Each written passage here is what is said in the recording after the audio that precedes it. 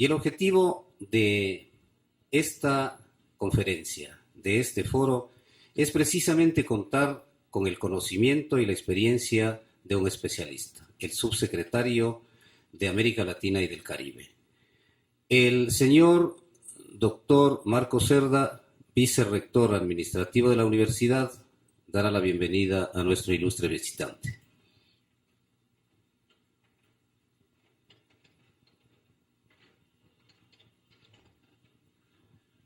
Doctor José María Borja, subsecretario del Ministerio de Relaciones Internacionales. Doctor Salazar, director de altos estudios de nuestra universidad. Compañeros estudiantes de las diferentes carreras que cuenta nuestra universidad. Es grato recibir aquí en nuestra universidad a diferentes personalidades que han venido a darnos diferentes comentarios, diferentes críticas, diferentes investigaciones que se han realizado en nuestro país y también a nivel internacional. En esta oportunidad quiero dar la bienvenida al doctor Borja a nuestra universidad. Muy buenas tardes con todas y con todos. Es muy grato como representante del Ministerio de Relaciones Exteriores compartir con ustedes algunos momentos de esta tarde para conversar sobre un tema que es de profundo interés de todos y sobre todo porque nos da la posibilidad a los funcionarios que somos responsables de la política exterior del gobierno ecuatoriano de poder contarles a ustedes por qué se toman algunas decisiones, por qué el Ecuador participa de algunos procesos. Muchas gracias, señor vicerrector, por la invitación. Muchas gracias, doctor Osvaldo Salazar, director de altos estudios de esta universidad. Y el doctor Salazar en su intervención nos planteaba una pregunta que me parece fundamental. ¿Para qué la integración? ¿Por qué la integración? Si uno podría dar muchas respuestas. Podría dar respuestas desde románticas y hablar del sueño de Bolívar y del Congreso Anfictiónico de Panamá, hasta hablar de las necesidades cruciales que pasan nuestros pueblos.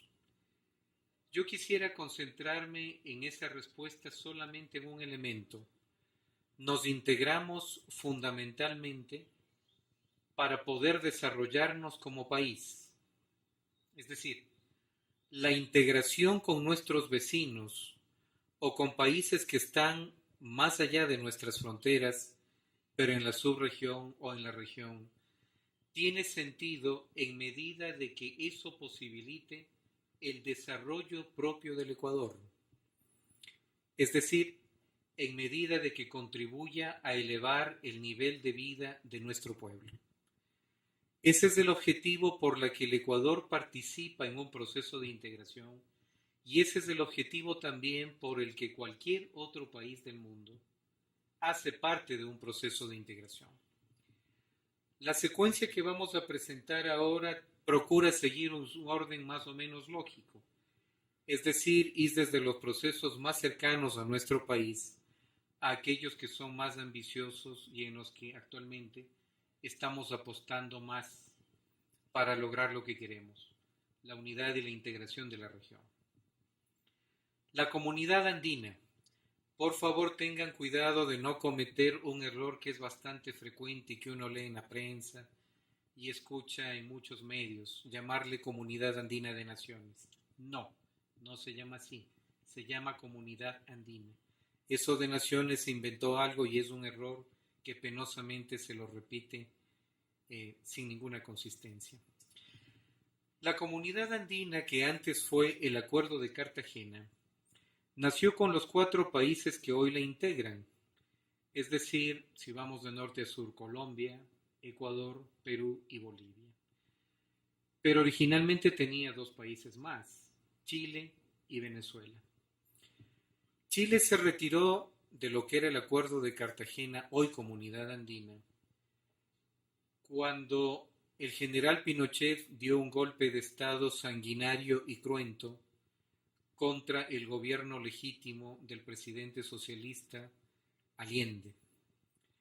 Decidió tomar un rumbo económico diferente y parte de tomar ese nuevo rumbo fue salirse de un proceso de integración en el que las economías deben seguir cierto rumbo y se deben aplicar ciertas coincidencias a través de decisiones que son obligatorias para todos. En el esquema neoliberal implantado y desarrollado a sus últimas consecuencias por el gobierno de Pinochet, esto no cabía. En consecuencia, salió del proceso andino de integración y tomó un rumbo diferente. Lo que les acabo de mencionar también es una de las características esenciales de la integración. Cuando un país decide formar parte de un proceso integrador, cede parte de su soberanía. A algunos les puede parecer curiosa esta afirmación, y es que es así. Cuando un país decide sumarse a un proceso de integración, evidentemente que está aceptando unas reglas del juego por la cual organismos supranacionales van a tomar cierto tipo de decisiones. Y esas decisiones son obligatorias para todos. Es decir, ya no es solamente el gobierno nacional de un país determinado el que toma las decisiones, sino que es un organismo supranacional el que lo hace, en beneficio de todos. Y además cede jurisdicción en temas tan importantes como algunos temas judiciales. Por eso tenemos un Tribunal Andino de Justicia, cuyas decisiones tienen exactamente el mismo rango de obligatoriedad que si fueran tomadas por el Poder Judicial ecuatoriano en su última instancia. Pero todo esto se lo hace en beneficio de la integración. Venezuela salió por razones distintas. Básicamente fue una decisión del gobierno del presidente Chávez, porque consideró que con dos países, Colombia y Perú, que habían decidido suscribir tratados de libre comercio con los Estados Unidos de América, consideró que era un golpe de muerte prácticamente a la comunidad andina y que ya no tenía sentido continuar con este proceso. Eso hizo que Venezuela deje la comunidad andina y que actualmente se encuentre en proceso de sumarse como miembro pleno al Mercosur. Evidentemente que existieron otros factores, como la ausencia de una política externa común, especialmente en el sector comercial, y desde luego que también fue determinante la creación de nuevos organismos como UNASUR, la Unión de Naciones Suramericanas, que han logrado un desarrollo importante al que ya nos vamos a referir inmediatamente. La comunidad andina ha estado tan debilitada últimamente que miren ustedes que hace 5 años no se realizaba una reunión de presidentes, desde el año 2006. El presidente Correa forzó, y ese es el término apropiado, forzó, que se convoque a una reunión del Consejo Presidencial Andino, cuya presidencia pro tempore actualmente la ejerce en Colombia. Y eso permitió dinamizar otra vez el proceso de integración andino. Es decir, fue el Ecuador nuevamente el que tomó una iniciativa muy positiva para llevar adelante los procesos de integración.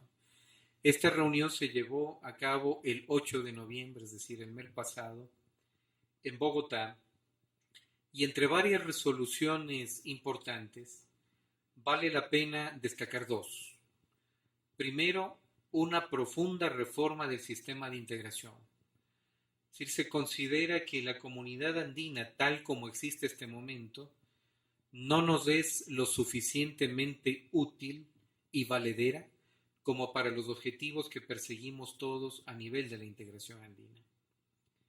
La segunda decisión que se tomó fue que a partir de la propia comunidad andina le propongamos un proceso de convergencia a ese otro gigante de la integración sudamericana que tenemos en el extremo sur del continente, el Mercosur, en donde son parte Brasil, Argentina, Uruguay y Paraguay. Ahora que tenemos un proceso de integración más importante como es UNASUR, la idea es que ese proceso, si bien ha funcionado bien en lo político, debería también hacerlo en lo económico y en la integración comercial.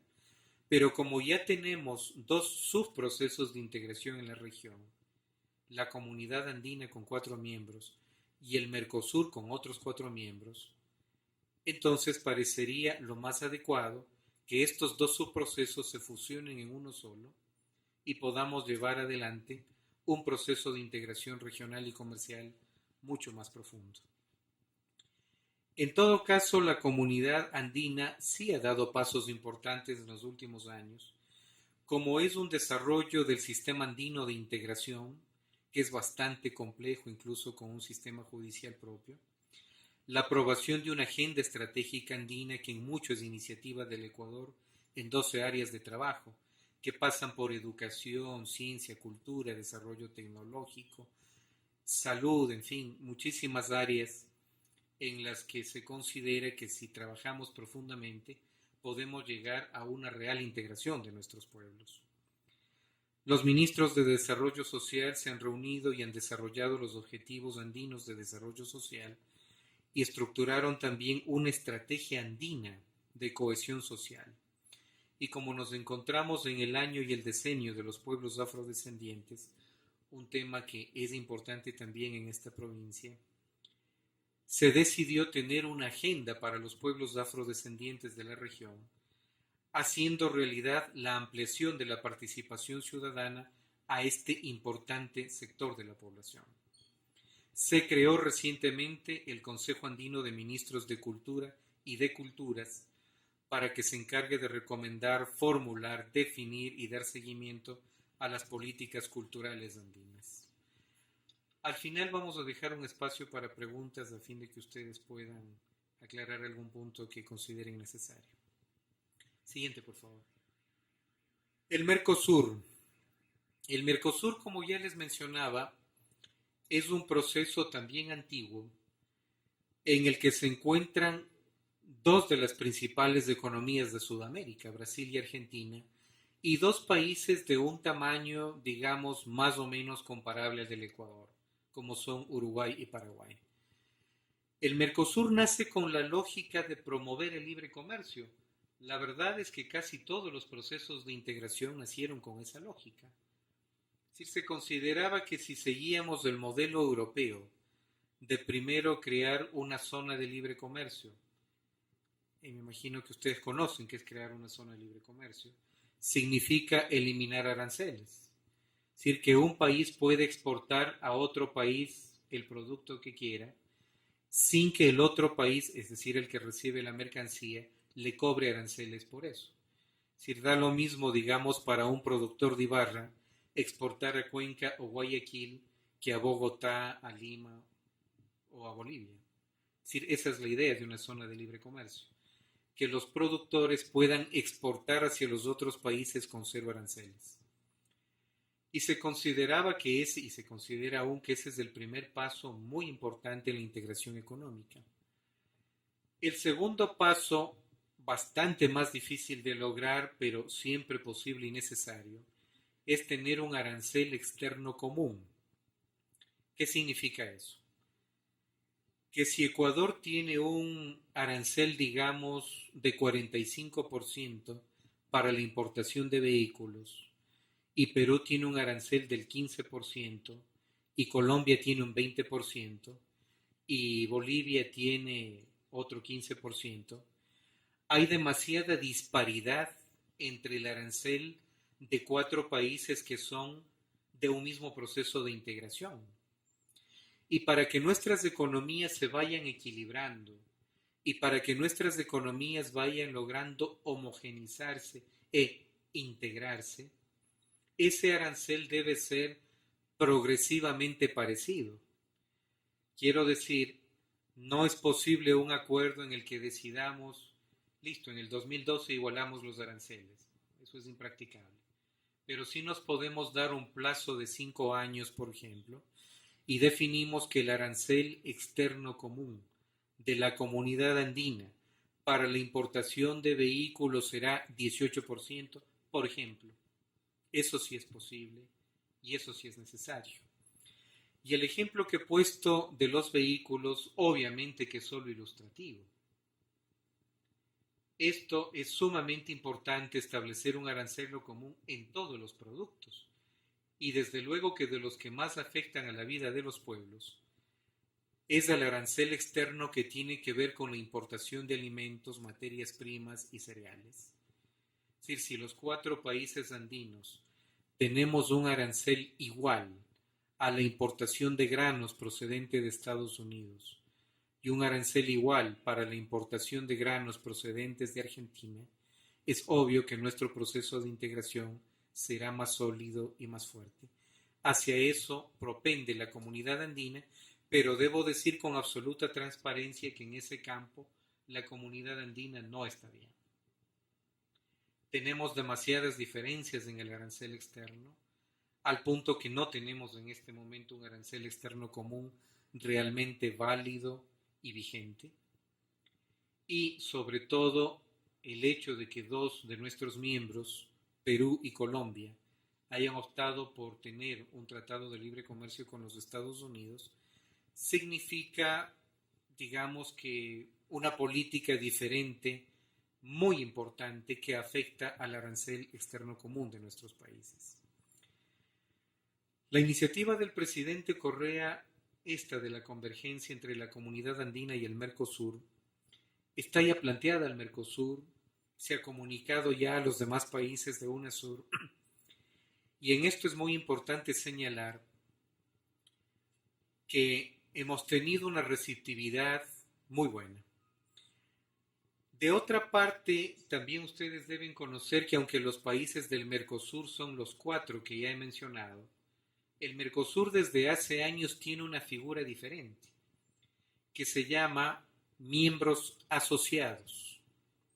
Es decir, aunque esos 4 son los países principales, los del Cono Sur, pero algunos países como el Ecuador, como Perú, como Bolivia, como Chile, son países asociados. Esto quiere decir que aunque no sean miembros plenos, somos países que somos parte de algunos acuerdos del Mercosur. En el caso del Ecuador, somos miembro de 13 acuerdos del Mercosur, que van desde política judicial hasta un estatuto migratorio y de residencia dentro del Mercosur. Por eso es que a las cumbres del Mercosur, que se realizan 2 veces al año, normalmente en el mes de julio y en el mes de diciembre, el Ecuador es permanentemente invitado y con frecuencia el presidente de la República asiste a esas cumbres, porque lo hacemos en calidad de Estado asociado al Mercosur.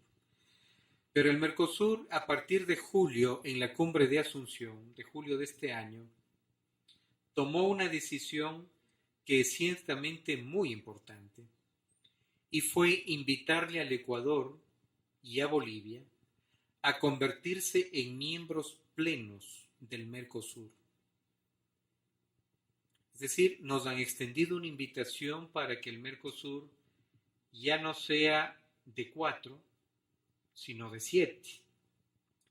Es decir, los 4 que ya eran, Brasil, Argentina, Uruguay y Paraguay, más Venezuela, que está en proceso de ser miembro pleno, solamente le falta la ratificación del Congreso de Paraguay, más Ecuador y más Bolivia. Es decir, se formaría ya un bloque económico de integración ciertamente grande y ciertamente importante. Nosotros todavía no respondemos a esa invitación con una respuesta ni afirmativa ni negativa. Lo que hemos dicho hasta el momento es que tenemos algunas inquietudes sobre ese proceso y lo hemos presentado al Mercosur en una lista como de 15 preguntas, cuya respuesta todavía no nos dan, las acabamos de presentar, y seguramente lo harán en este mismo mes de diciembre. Cuando eso ocurra, nosotros tendremos una idea más clara de si aceptamos esta invitación para formar parte del Mercosur. El Mercosur finalmente tiene algunos protocolos que son sumamente importantes, como el protocolo de Ushuaia, que es un compromiso democrático, la declaración presidencial sobre un compromiso democrático, un protocolo de integración educativa, un acuerdo de cooperación y asistencia judicial, un acuerdo de asistencia mutua en asuntos penales, un acuerdo de extradición entre Estados partes, un acuerdo de protección de los derechos de niñas, niños y adolescentes y un acuerdo para la implementación de bancos de datos compartidos. De esos acuerdos el Ecuador es parte y esto que desde luego es una contribución muy importante para nuestra propia legislación. Gracias. Ustedes conocen que un tratado internacional, pues una vez que se publique en el registro oficial, tiene la jerarquía de una ley interna de la República, de manera que estos tratados están plenamente vigentes para el Ecuador.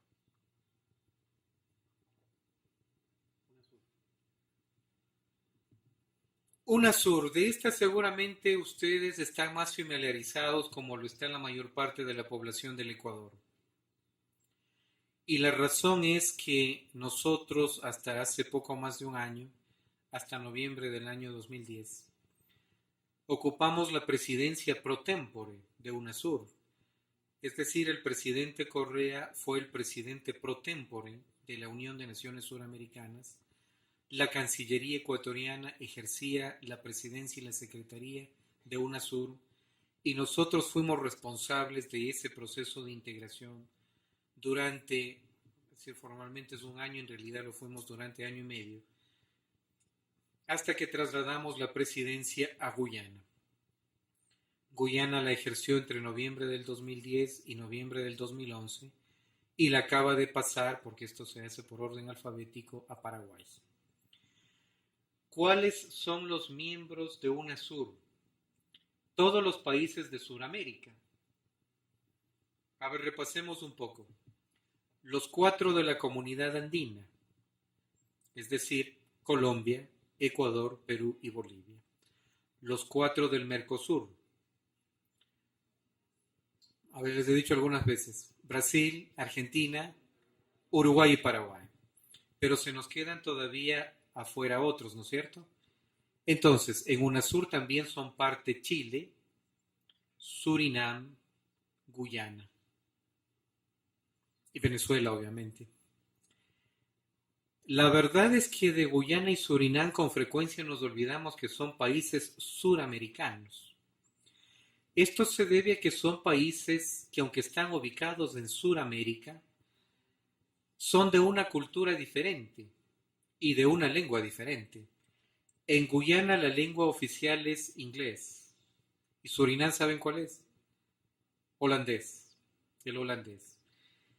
Esto es la razón por la que estos dos países, digamos que han tenido una relación menos estrecha con los países suramericanos y su espacio natural de integración ha sido más bien la comunidad del Caribe, el CARICOM. Pero ahora hemos logrado su integración en UNASUR y compartimos plenamente este espacio de integración. La sede de la Secretaría de UNASUR está en Quito. Físicamente estará en un edificio que se va a construir junto al Monumento a la Mitad del Mundo. Temporalmente está en el edificio que fue la Academia Diplomática, pero bueno, más allá del edificio, lo importante es que el Tratado Constitutivo determina que la sede de la Secretaría de UNASUR es Quito. Y eso es una situación sumamente importante para nosotros. Quito también es sede de otros organismos de integración. A ver si se acuerdan, el Ecuador, digamos, es sede de algunos acuerdos. Del Tribunal Andino de Justicia, de OLADE, de la Organización Latinoamericana de Energía. Guayaquil es sede de un órgano muy importante, la CPPS, el Acuerdo de los Países del Pacífico Sur, es decir, en el país somos sede de varios organismos importantes y ahora una más, UNASUR. Este esquema de integración se propone incluir a todos los países de América del Sur, como efectivamente ocurre. Hay que señalar que de los 12 países miembros, 11 han ratificado ya el Tratado Constitutivo de UNASUR. Solamente nos falta uno, que es Colombia. La canciller de Colombia visita Quito la semana que viene, el 14, y allí va a depositar el instrumento de ratificación de UNASUR, con lo cual Colombia se convierte en el país número 12 en hacerlo y el último país en hacerlo, es decir, todos los miembros de UNASUR habrán ya ratificado su voluntad de ser miembros de este organismo. Esto quisiera explicarles un poco porque quienes no son estudiantes de Derecho, pues no hay razón para que lo tengan muy claro. Cuando un país decide ser parte de un convenio internacional sobre integración o sobre cualquier otra materia, tiene que seguir dos pasos. El primero es suscribir ese acuerdo. Y esa es una decisión del presidente de la República y del gobierno de turno. Es decir, el presidente del Ecuador o de cualquier otro país decide suscribir un acuerdo internacional. Pero ese es solamente el primer paso. Para que se perfeccione la membresía de un país a un acuerdo internacional, hace falta un segundo paso, que es la ratificación. Para proceder a la ratificación, normalmente se necesita, digamos, un visto bueno del Poder Legislativo, en nuestro caso de la Asamblea Nacional. Entonces, los acuerdos o los instrumentos internacionales se llevan hasta los parlamentos de cada país y los parlamentos se pronuncian. Cuando un parlamento dice sí, estamos de acuerdo en que nuestro país sea miembro, solo allí el Ejecutivo, es decir, vuelve el tema al Ejecutivo y al Gobierno central, puede decir a los demás países, ratificamos nuestra membresía en ese tratado, en este caso al tratado que constituye la Unión de Naciones Suramericana, UNASUR. Por eso les menciono, Colombia la semana que viene será el país número 12, el último, en hacerlo. Esto se debe no a falta de voluntad de Colombia, que sea el último, sino a que sus procesos internos son muy complicados. Debió hacer unas consultas a su órgano de control constitucional y a su Senado, y solamente cuando pudo pasar por esos dos filtros y obtener su visto bueno, Colombia está en capacidad de ratificar. Pero esto es una gran noticia para la región, porque entonces UNASUR está plenamente vigente desde marzo de este año, pero además ahora lo haremos con los 12 países miembros que ya lo han ratificado. UNASUR tiene actualmente unos consejos que son los que le dan vida diaria y cotidiana a nuestro proceso de integración. Ya les mencioné que la actual presidencia pro tempore la ejerce Paraguay. El Consejo de Salud tiene una copresidencia que la comparten Uruguay y Paraguay. El Consejo de Defensa lo preside Perú, el de Desarrollo Social Guyana, el de Energía Venezuela, el de Infraestructura y Planeamiento Brasil, el de Economía y Finanzas Argentina. Nosotros presidimos un consejo que tiene una responsabilidad enorme: educación, cultura, ciencia, tecnología e innovación. Como es tan grande, en realidad lo hemos dividido en 3 subconsejos, y eso permite que el Ecuador haya podido cumplir su responsabilidad bastante bien, con reuniones permanentes de delegados, de expertos y de ministros de cada una de estas áreas. El Consejo sobre el Problema Mundial de las Drogas lo preside Bolivia. Hay un grupo de trabajo sobre solución de controversias en materia de inversiones que también lo preside Ecuador, y existe también un consejo electoral de UNASUR. ¿Cuál es la idea de este consejo electoral de UNASUR? Creo que vale la pena explicarlo y me tomo un par de minutos para hacerlo. Ustedes habrán visto que cuando hay elecciones en el Ecuador, que somos las que más cercanamente vemos, pero también en otros países de la región, con frecuencia vemos que los observadores de la Unión Europea se pronunciaron en que las elecciones fueron transparentes, fueron válidas, o cuestionan la validez de las elecciones. O que los observadores de Canadá, de Estados Unidos o de cualquier otra latitud del mundo dicen que estas elecciones son legítimas o que se cometieron errores en las urnas, en fin. Es decir, la observación electoral se ha convertido en una suerte de certificación de países externos a nosotros que terminan finalmente o avalando o impugnando los resultados electorales. En el proceso de recuperación de la soberanía nacional, que es una de las características del gobierno del presidente Correa, y que desde luego se comparte con otros países de la región, decimos no. ¿Sí? ¿Por qué? No nos oponemos a que haya observadores externos. Esto nos parece perfectamente legítimo. Que vengan representantes del poder electoral o de los órganos electorales de países amigos y nos ayuden a dar fe de la transparencia y de la validez de unas elecciones. Con eso estamos plenamente de acuerdo. Pero ¿por qué tienen que ser extrarregionales? Sí pueden ser brasileños, argentinos, bolivianos, chilenos, bienvenidos. Pero ¿por qué tienen que venir de otras regiones del mundo a certificar si nuestras elecciones son o no válidas? La segunda razón es que esos países extrarregionales nunca nos han invitado a nosotros a ser observadores electorales de unas elecciones en Alemania, Francia, Italia. Y entonces, ¿por qué ellos deben observar nuestras elecciones y nosotros no las de ellos? No tiene sentido. Esto condujo a que los órganos electorales de nuestros países decidieran constituir un consejo electoral en UNASUR que precisamente va a tener la tarea, o la doble tarea, de acompañamiento electoral y de observación electoral. Acompañamiento electoral quiere decir que no solamente los países van en una calidad semejante a la de jueces a emitir un veredicto sobre si unas elecciones fueron o no válidas. Acompañamiento es algo mucho más importante y profundo. Significa que desde un inicio estaremos en capacidad de ayudar, sobre todo los países que tienen un menor desarrollo, a que tengan unas elecciones en la forma mejor organizada posible. Y de hecho hay 2 países de la región que ya nos han pedido cooperación para ayudarles a desarrollar un proceso electoral en mejores condiciones, que son Guyana y Bolivia. Y el Consejo Electoral de UNASUR ya se encuentra trabajando en esta tarea. Siguiente, por favor. Muy vinculado a UNASUR se encuentra otro proyecto, que es el Banco del Sur.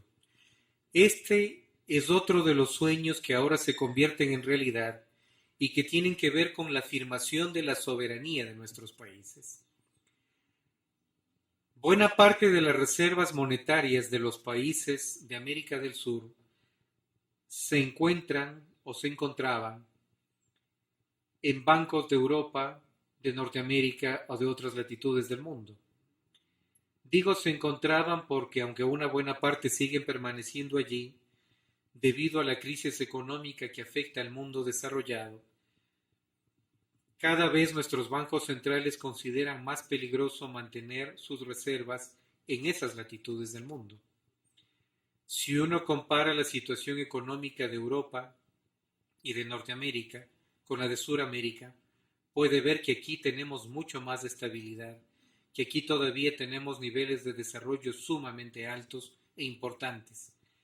Es decir, que la crisis económica ha afectado muchísimo menos a América del Sur que a otras latitudes del mundo. Esto también nos permite tratar de desarrollar un sistema financiero y un banco de desarrollo propio de la región, que nos permita otorgar préstamos a aquellos en los que BID u otros organismos nos niegan. El Banco Mundial hay proyectos que no le parecen que son justificables, pero que nuestros países necesitan. Pues para eso estamos desarrollando el Banco del Sur, cuyos miembros son Argentina, Brasil, Bolivia, Ecuador, Uruguay, Paraguay y Venezuela. Hay algunos países de la región que no son miembros, como ustedes podrán ver, que han decidido por ahora no ser miembros, es decir, no todos los países de UNASUR son miembros del Banco del Sur, pero la mayoría sí y con ellos estamos desarrollando. Ya les expliqué lo que significa la ratificación de un convenio y ese paso ya lo han dado Bolivia, Ecuador y Venezuela y en las próximas semanas lo harán Argentina y Uruguay. Con lo cual, el Tratado Constitutivo del Banco del Sur estará plenamente vigente, lo que desde luego es una gran noticia para nosotros. El siguiente organismo que vamos a ver es la Comunidad de Estados Latinoamericanos y Caribeños, la CELAC. ¿Cuáles son los países miembros de la CELAC? Son 33. Para no leerles toda la lista, les voy a explicar cuáles son miembros. En la OEA tenemos 34 Estados miembros, es decir, que van desde Canadá hasta Argentina y Chile, e incluye a todo el Caribe. Esto quiere decir, en la Organización de Estados Americanos son miembros todos los países del continente americano. En la CELAC vamos a restar 2, Canadá y Estados Unidos, porque eso es Norteamérica, no es Latinoamérica. Con lo cual quedaríamos con 32, ¿no es cierto? 34 menos 2, 32. Pero le sumamos Cuba. Ustedes saben que Cuba, desde que triunfó la revolución y por una actitud absolutamente condenable, se le suspendió de su derecho de participación en la OEA. Y desde el año 64 Cuba no participa en la OEA, pero en la CELAC sí. Entonces sumamos 32 más 1, 33. Esos son los 33 miembros de la Comunidad de Estados Latinoamericanos y del Caribe. La CELAC ha estado en las primeras titulares de prensa en los últimos días, porque apenas el sábado pasado, esto es el 3 de diciembre, tuvo su primera reunión formal en Caracas, y allí se aprobaron 3 instrumentos sumamente importantes, que los he mandado por correo electrónico y espero que les puedan sus profesores distribuir a todos, que son la Declaración del Bicentenario, donde se hace un recuento de lo que significa la unidad y la integración de América Latina, el Plan de Acción de Caracas para el año 2012, por el que nuestros ministros de Estado en diferentes áreas, salud, educación, cultura, deportes, etc., tienen unas tareas específicas que ejecutar desde diciembre del 2011 hasta diciembre del 2012, y unas normas de procedimiento en donde se especifica la estructura de la CELAC. Allí aparece que habrá una presidencia pro tempore, que habrá una troika, ya les voy a explicar lo que significa este término extraño, habrá una secretaría pro tempore y habrá la colaboración de varios otros órganos. La presidencia va a cambiar cada año. Del proceso anterior, es decir, de lo que era el Grupo de Río y la Conferencia de Cumbres, venía una copresidencia de Chile y de Venezuela. Ahora que estos 2 órganos desaparecen y son sustituidos por la CELAC, nos queda un solo órgano de integración. Y ese órgano actualmente está presidido por Chile. Chile asumió la presidencia el día 3 de diciembre, es decir, el sábado, y la ejercerá hasta diciembre del 2002, en que realizará una cumbre en Chile, en donde deberá pasar la presidencia aquí al país que ejercerá la próxima presidencia y que ya está designado, que es Cuba. Esto me permite explicarles qué es una troika. Es un término raro y además como no es español, es decir, normalmente no tenemos por qué conocerlo. Pero es un acuerdo que se ha establecido en muchos órganos internacionales y se lo utiliza con frecuencia en las cancillerías de todo el mundo. Es un órgano de gobierno que integra al expresidente de ese órgano, al actual presidente y al futuro presidente. En el caso de la CELAC, el expresidente Venezuela, el actual presidente Chile, el futuro presidente Cuba. Además hemos designado ya el siguiente presidente, que va a ser Costa Rica. Eso es una troika. Es decir, es un acuerdo para que la responsabilidad de dirigir un órgano de integración no la tenga un país solo, como sería en este caso Chile, sino que tiene un órgano de gobierno que la comparte con el expresidente y con el siguiente presidente. Este es un sistema muy práctico porque además permite que el próximo presidente, es decir, Cuba, esté perfectamente enterado de todo lo que ha ocurrido durante el año. Es decir, cuando asuma la presidencia Cuba, ningún tema le será nuevo. Habrá trabajado ya durante todo un año conociendo los pormenores y el desarrollo de la CELAC.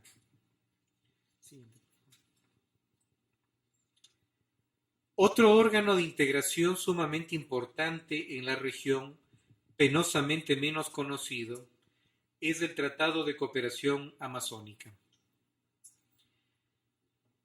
Somos miembros Bolivia, Brasil, Colombia, Ecuador, Guyana, Perú, Surinam y Venezuela. Es decir, todos los países que somos copropietarios, digamos, de la región amazónica. El Ecuador tiene una pequeña parte de la región amazónica. Para ser exactos, el 3% de la región amazónica está en territorio ecuatoriano.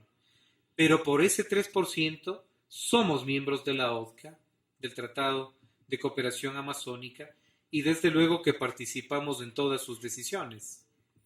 Es un espacio de diálogo político para el desarrollo y para la gestión ambiental sostenible.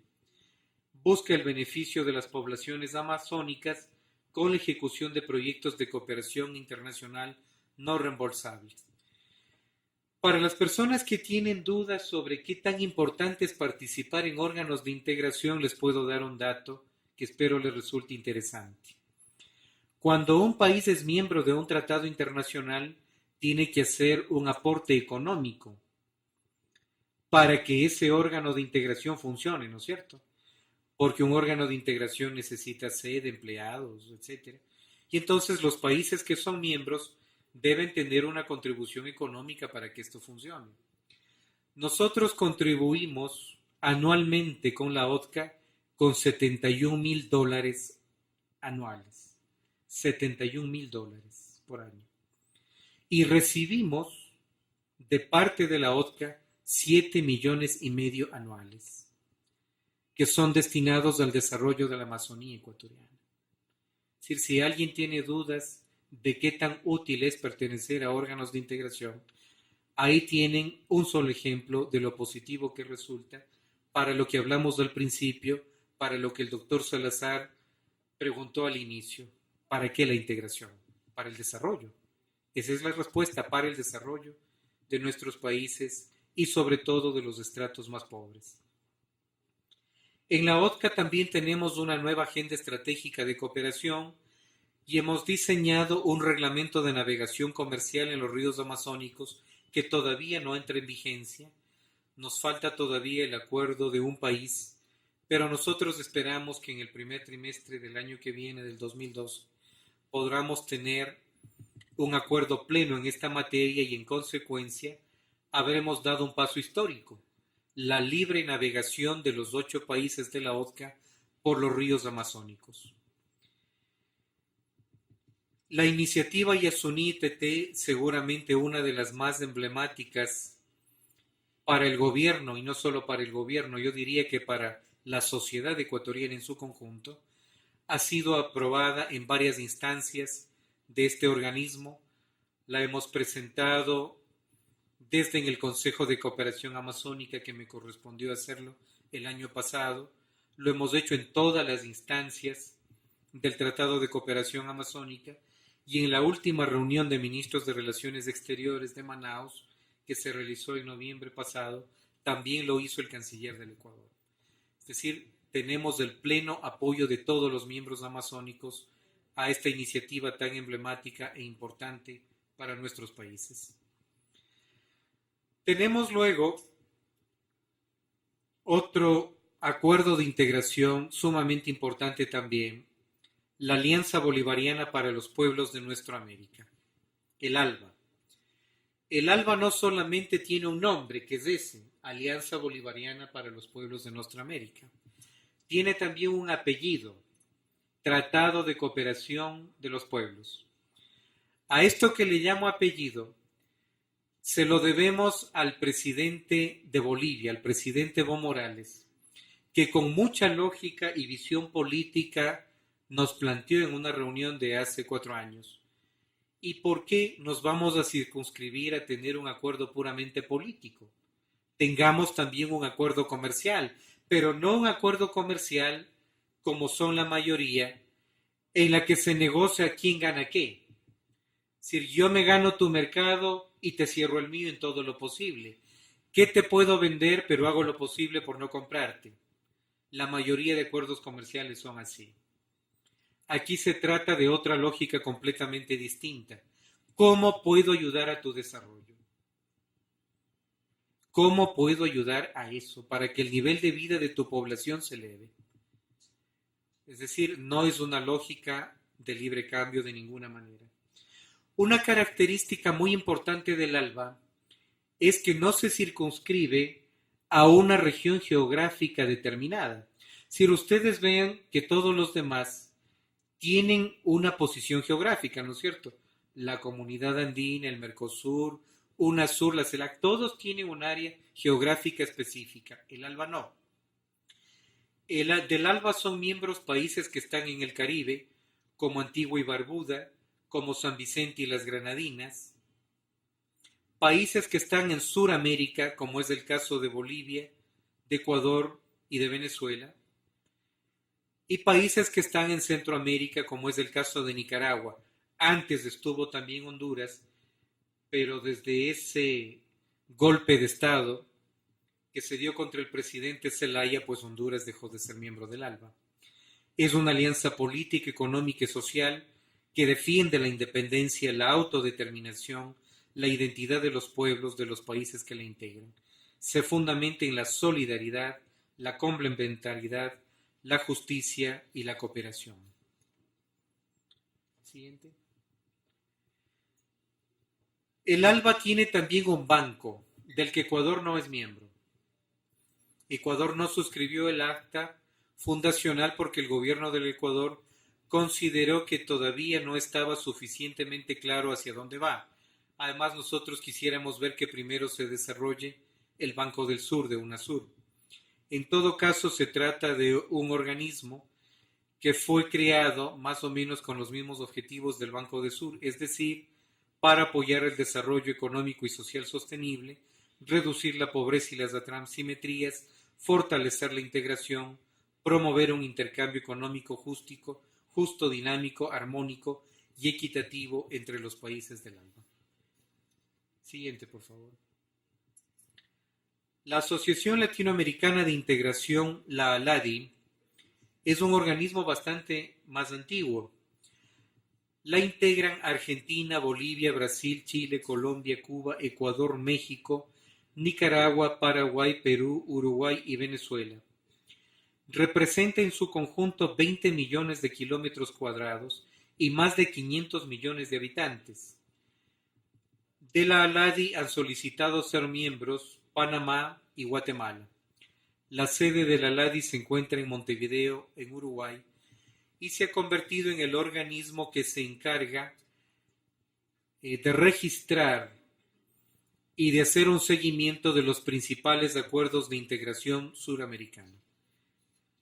El siguiente, por favor. El último al que me voy a referir es el CELA, el Sistema Económico Latinoamericano, del que son parte Argentina, Bahamas, Barbados, Belice, Bolivia, Brasil, Colombia, Costa Rica, Cuba, Chile, Ecuador, El Salvador, Grenada, Guatemala, Guyana, Haití, Honduras, Jamaica, México, Nicaragua, Panamá, Paraguay, Perú, República Dominicana, Surinam, Trinidad, Tobago, Uruguay y Venezuela. Como ustedes pueden ver, tiene un espectro enorme, sumamente amplio, su sede está en Caracas, y su objetivo principal es la promoción de un sistema de consultas y coordinación para concertar posiciones y estrategias comunes en América Latina y el Caribe en temas económicos. En septiembre pasado se realizó la 22ª reunión de directores de cooperación internacional en Panamá. Esto es lo que quería mencionarles sobre los temas de integración, y si ustedes tienen preguntas, pues con muchísimo gusto estoy a sus órdenes. Muchas gracias.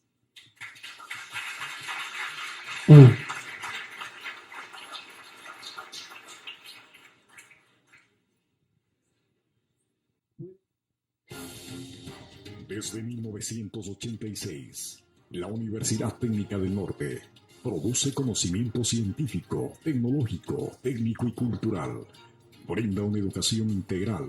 Hace realidad los sueños y la vocación de la juventud ecuatoriana. Universidad Técnica del Norte. 25 años formando profesionales emprendedores, críticos, humanistas, competitivos y éticos, comprometidos con el desarrollo sustentable del país. Ciencia y técnica al servicio del pueblo.